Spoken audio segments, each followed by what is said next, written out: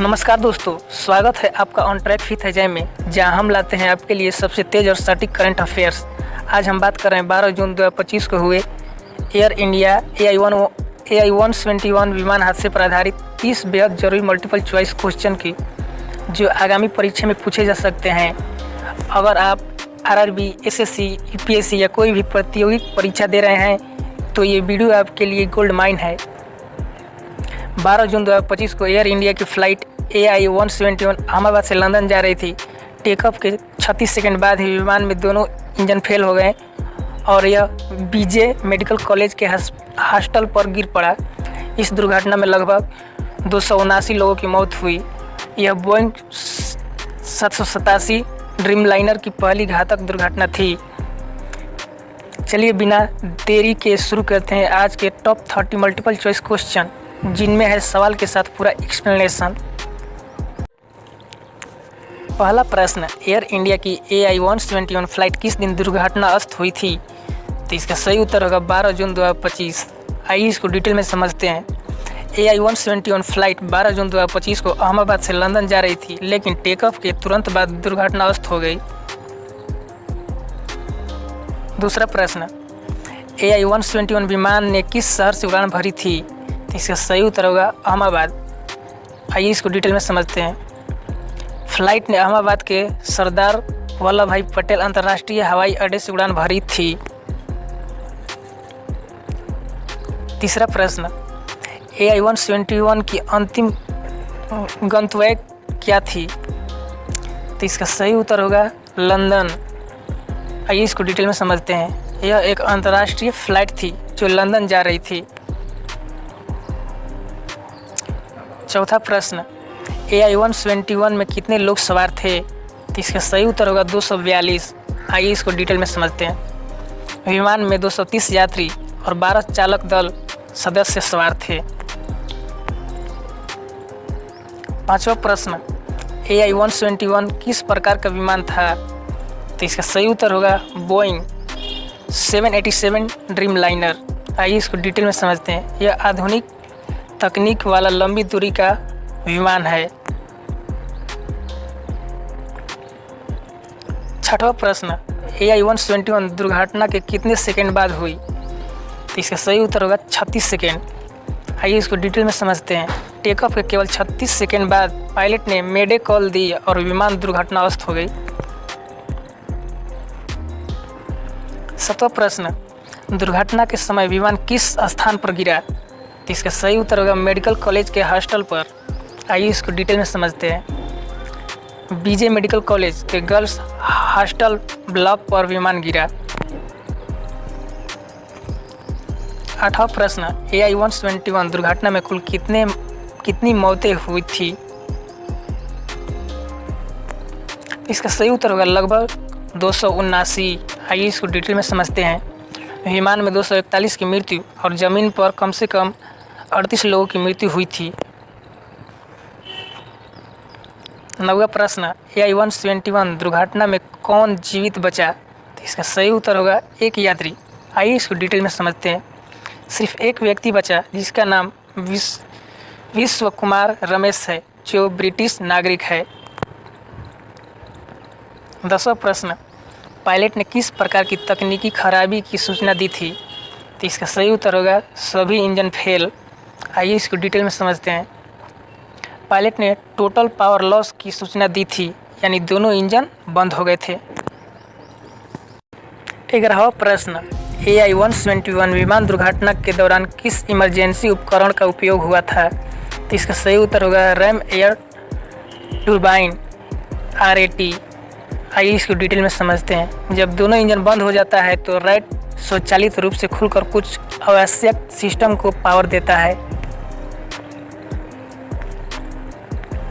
12वां प्रश्न, AI-171 में कौन से इंजन लगे हुए थे? तो इसका सही उत्तर होगा जनरल इलेक्ट्रिक। आइए इसको डिटेल में समझते हैं। जेनेक्स इंजन बोइंग 787 में आमतौर पर उपयोग किए जाते हैं। 13वां प्रश्न, AI-171 विमान के पायलट का नाम क्या था? तो इसका सही उत्तर होगा कैप्टन सुमित सभरवाल। आइए इसको डिटेल में समझते हैं। कैप्टन सुमित के पास 8,200 प्लस घंटे का उड़ान का अनुभव था। 14वां प्रश्न, दुर्घटना में किस मेडिकल संस्थान को सबसे ज़्यादा नुकसान हुआ? इसका सही उत्तर होगा बीजे मेडिकल कॉलेज। आइए इसको डिटेल में समझते हैं। विमान कॉलेज के गर्ल्स हॉस्टल पर गिरा जिससे दर्जनों छात्र मारी गई। 15वां प्रश्न, AI-171 हादसे के बाद किस संस्था ने तत्काल जांच के आदेश दिए? इसका सही उत्तर होगा DGCA।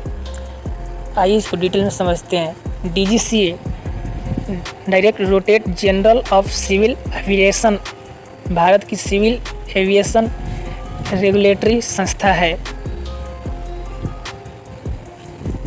16वां प्रश्न, AI-171 की दुर्घटना बोइंग 787 के इतिहास में क्या विशेष बनाती है? तो इसका सही उत्तर होगा पहला घातक दुर्घटना। आइए इसको डिटेल में समझते हैं। यह पहली बार था जब किसी बोइंग 787 की दुर्घटना में सभी यात्री की जान गई। 17वां प्रश्न, AI-171 का फ्लाइट नंबर दुर्घटना के बाद क्या किया गया? तो इसका सही उत्तर होगा अस्थायी रूप से बंद। आइए इसको डिटेल में समझते हैं। दुर्घटनाओं के बाद भावनात्मक कारणों से एयरलाइंस अक्सर फ्लाइट नंबर रिटायर कर देती है। 18वां प्रश्न, दुर्घटना के बाद एयर इंडिया ने कौन सी सुविधा तुरंत शुरू की? तो इसका सही उत्तर होगा आपातकालीन हेल्पलाइन और राहत केंद्र। आइए इसको डिटेल में समझते हैं। पीड़ितों और उनके परिजनों के लिए विशेष सहायता केंद्र और हेल्पलाइन शुरू की गई। 19वां प्रश्न, AI-171 हादसे में अकेले बचे यात्री की सीट संख्या क्या थी? मीडिया रिपोर्ट के अनुसार इसका सही उत्तर होगा 11A। आइए इसको डिटेल में समझते हैं। 11A सीट आपातकालीन निकास द्वार के पास थी जिससे बचाव संभव हुआ।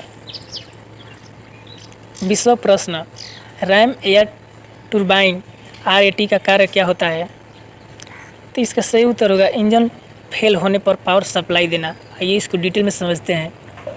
रैट एक छोटा पंखा होता है जो हवा से चलकर पावर जनरेट करता है। 21वां प्रश्न, AI-171 हादसे के बाद किन एजेंसियों को जांच में शामिल किया गया? तो इसका सही उत्तर होगा DGCA, बोइंग, GE। आइए इसको डिटेल में समझते हैं। बोइंग विमान निर्माता और GE इंजन निर्माता भी तकनीकी जांच में सहयोग कर रहे हैं। 22वां प्रश्न, दुर्घटना के समय विमान की स्पीड कितनी रिपोर्ट की गई? तो इसका सही उत्तर होगा 240 नॉट्स। आइए इसको डिटेल में समझते हैं। टेक ऑफ के समय यही सामान्य उड़ान गति होती है। 23वां प्रश्न, बोइंग 787 ड्रीम लाइनर किस श्रेणी का विमान है? तो इसका सही उत्तर होगा लंबी दूरी वाला वाइड बॉडी विमान। आइए इसको डिटेल में समझते हैं। यह विमान अंतर्राष्ट्रीय उड़ानों के लिए बनाया गया है। 24वां प्रश्न, पायलट ने आखिरी मेडे कॉल कितनी देर बाद की? तो इसका सही उत्तर होगा 36 सेकेंड बाद। आइए इसको डिटेल में समझते हैं। टेकअप के 36 सेकेंड बाद ही मेडे कॉल की गई।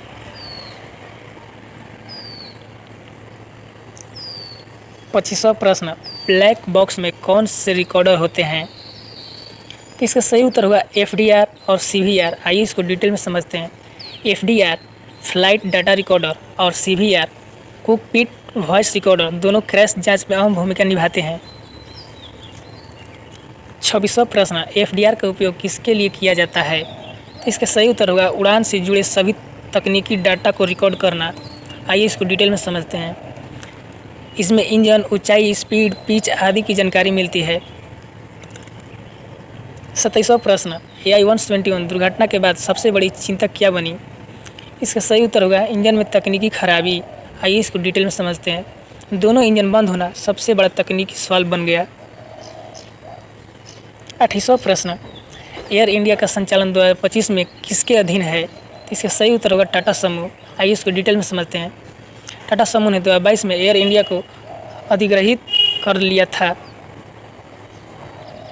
29वां प्रश्न, दुर्घटना के समय एयर इंडिया का क्या रुख था? तो इसका सही उत्तर होगा त्वरित जांच व राहत उपाय। आइए इसको डिटेल में समझते हैं। एयर इंडिया ने आपात हेल्पलाइन परियोजनाओं को फ्लाइट व अन्य सहायता दी। 30वां प्रश्न, दुर्घटना के बाद बोइंग 787 विमानों को लेकर DGCA ने क्या किया? तो इसका सही उत्तर होगा सुरक्षा जांच का आदेश।